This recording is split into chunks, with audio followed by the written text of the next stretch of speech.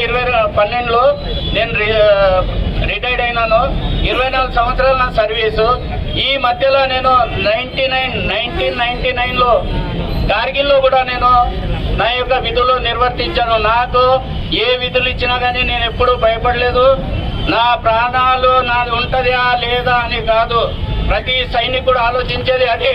నేను బతుకున్నానని కాదు, నా తోటి సైనికులు ఎంతమంది ఒకవేళ వీరమరణం పొందినో వాళ్ళకు కూడా అదే భావన ఉంటుంది. నేను నా గురించి కాదు, నా దేశం గురించి చేస్తున్నాననే ఒక భావన, ఒక దేశభక్తి అనేది ఉన్నది.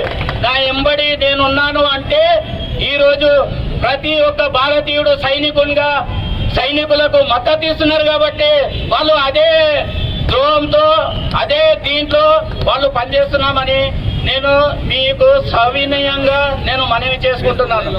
ఈరోజు భారతదేశానికి కీర్తి మరోసారి మహిళలు ఇద్దరు వాళ్ళకి ఈరోజు మనము తీసుకొని మనం ఇచ్చేస్తున్నాము.